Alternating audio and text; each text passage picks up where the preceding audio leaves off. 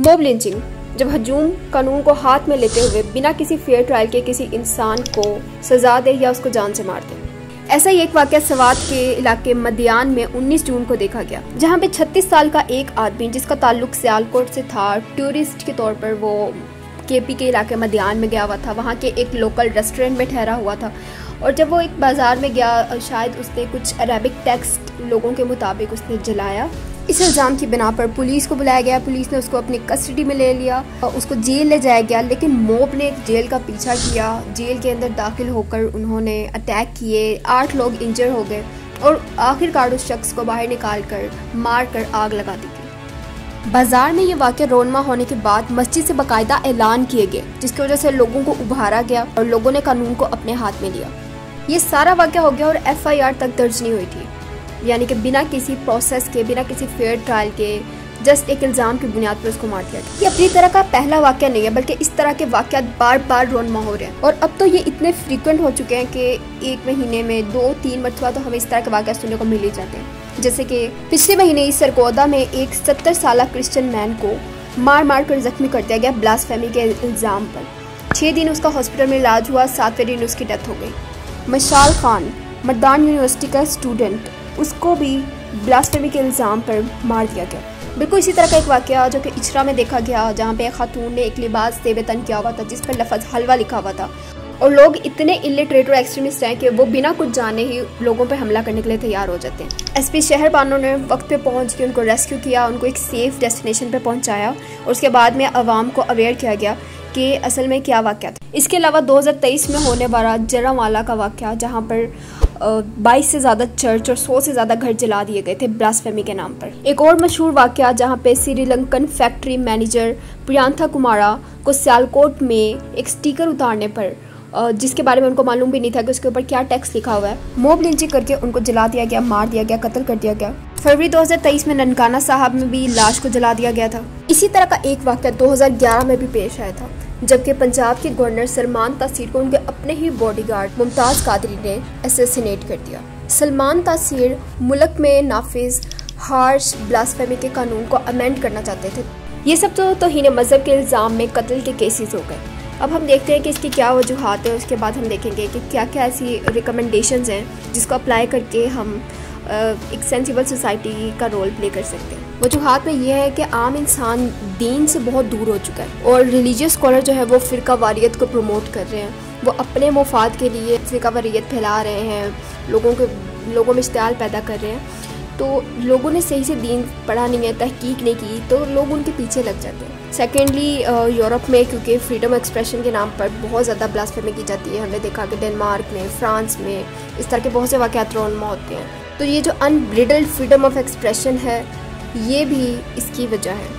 बिल्कुल इसी तरह से कुछ लोग इसको वेस्टर्न प्रोपागेंडा समझते हैं, खुद को मुजाहिद डिक्लेयर करते हैं। वो जब इस तरह का कोई काम करते हैं, मॉब लिंचिंग करते हैं, किसी को कत्ल करते हैं, तो फिर प्राउडली आके कैमरे के सामने वो इस बात को क्लेम कर रहे होते हैं कि उन्होंने ये एक्ट किया है। मोर ओवर पॉलिटिशियंस डरे हुए हैं, जैसे कि सलमान कादरी जो पंजाब के गवर्नर थे, उनका वाक़या हुआ कि वो कोई भी अगर ब्लास्फेमी का जो लॉ है, हार्श लॉ जो कि मुल्क में बना हुआ है, जो जनज़िया की हुकूमत थी जिसमें उन्होंने सख्त इस्लामी कानून बनाए, 295C का जो कानून है, दिफा है, उसके मुताबिक नबी सल्लल्लाहु अलैहि वसल्लम की बेहुरमती करने पर डेथ पेनल्टी तक की सज़ा है। तो इस तरह के हार्श कानून बने हुए हैं। फिर देखा जाए तो जो हमारी जुडिशरी है और जो गवर्नमेंट है वो इसके ऊपर फौरी तौर पे एक्शन नहीं लेती है। जुडिशरी का प्रोसेस इतना स्लो है कि लोग कानून को अपने हाथ में लेते हैं। जब भी कोई ऐसा वाक़या हो जाता है, रोनमा होता है, तो सियासी जमातें जो हैं वो हजूम का साथ देती हैं, प्रोटेस्ट करती हैं। लॉ इन्फोर्समेंट एजेंसीज़ जो इदारे हैं जैसे कि पुलिस वगैरह हैं, उनको बिल्कुल भी इल्म भी नहीं है कि किस तरह से वो इस चीज़ को कंट्रोल करें। उनको किसी भी किस्म की रिलीजियस ट्रेनिंग नहीं दी गई है। अगर वे फॉरवर्ड या हम सोल्यूशन देखें कि किस तरह से हम एक्सट्रीमिज़म को, रिलीजियस फनेटिसिज्म को कंट्रोल कर सकते हैं, किस तरह से इस पर काबू पाया जा सकता है, तो ये बहुत दूर का ख्वाब है। आहिस्ता आहिस्ता हम इस बुराई को अपने माशरे से दूर कर सकते हैं, लेकिन ये मेजर्स हम ले सकते हैं, जैसे कि जो भी ब्लास्फेमस पर्सन है जिसने कि ये जुर्म किया है, या फिर अगर किसी ने उस पर गलत बयानबाजी की है, फॉल्स एक्यूज़ किया है उसको, दोनों को ही सख्त सज़ाएं दी जाए। एक्सट्रीमिज़म को ख़त्म और टॉलरेंस को प्रमोट किया जाए। सेमिनार्स में, जुम्मे के खुतबे में, यूनिवर्सिटीज़ में, हर जगह जो है इसके बारे में अवेयरनेस फैलाई जाए। जुडिशियल प्रोसेस को तेज़ किया जाए, एक्सपीडाइट किया जाए। फेडरल कोर्ट जो है, शरीयत कोर्ट, वो इस मसाइल को सुने, या फिर इसके अलावा कुछ अलग से कोर्ट, स्पेशल ब्लास्फेमी कोर्ट्स भी इसके लिए बनाए जा सकते हैं। एक प्रॉपर सिस्टम होना चाहिए इन्वेस्टिगेशन का। FIR कटनी चाहिए, फिर प्रूफ, विटनेस को देखना चाहिए, फिर कोर्ट में प्रोसीडिंग होनी चाहिए, और तब तक जिस पे इल्ज़ाम लगा है उसको और उसकी फैमिली को सेफ्टी देनी चाहिए। ये इंश्योर करना चाहिए। एक स्ट्रॉन्ग पॉलिटिकल विल की ज़रूरत है इस पे काबू पाने के लिए, क्योंकि जहाँ गवर्नमेंट डाइवर्टेड है दूसरे मसाइल की तरफ ओपोजिशन से लड़ने में, वहाँ अगर गवर्नमेंट इन चीज़ों पे फोकस करेगी तभी तो टूरिज़्म है वो डेवलप होगी, तभी जो फॉरेन डायरेक्ट इन्वेस्टमेंट है वो हम अपने मुल्क में लेकर आ सकेंगे।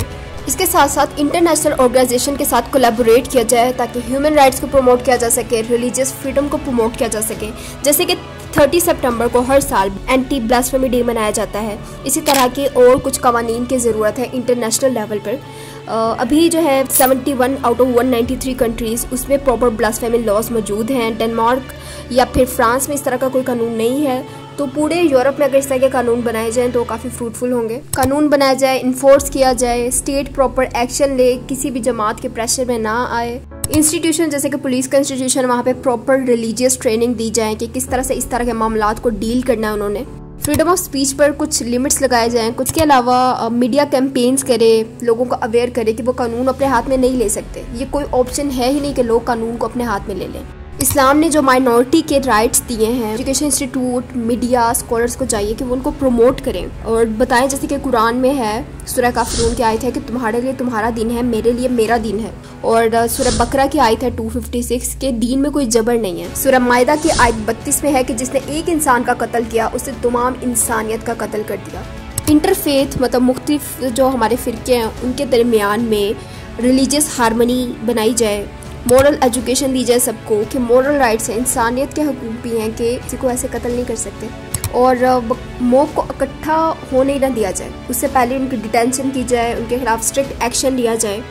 इसके अलावा ह्यूमन राइट इंस्टीट्यूट्स को चाहिए कि अपना रोल वो एक्टिवली प्ले करे। मदरसा और मस्जिदों के जो लाउड स्पीकर है उनका कंट्रोल यूज़ करना चाहिए, क्योंकि जो अभी वाक़या हुआ है उसके बारे में भी यही है कि एक मस्जिद में ऐलान हुआ जिसकी वजह से फिर लोग इकट्ठा हुए, उन्होंने फिर पुलिस स्टेशन पर हमला कर दिया। कम्युनिटी की रिपोर्टिंग के लिए एक मोबाइल ऐप लॉन्च की जाए कि जहाँ पे कोई ऐसा वाक़या हो रहा है फ़ौरन से वो रिपोर्ट कर पाएँ और पुलिस बर वक्त पहुँच पाए, रेस्क्यू कर पाए उस तरह के इंसान को जिसके खिलाफ ब्लास्फेमी की एक्यूजेशंस लगाई जा रही हैं। और आखिरी बात ये कि इस वाक़े में इन्वॉल्व परपेट्रेटर्स को सज़ा दी जाए, उनको पनिश किया जाए ताकि वो आने वाले लोगों के लिए एक एग्जाम्पल बन जाए और बाद में लोग जो हैं इस तरह के वाक़े में इन्वॉल्व ना हो, मॉब लिंचिंग ना करें, अवॉइड करें और एक टॉलरेंस की फ़िज़ा पैदा हो। अगर हम इन सब बातों को इंश्योर करें तभी हमारा मुल्क तरक्की कर पाएगा, तभी इसमें अमन आ पाएगा।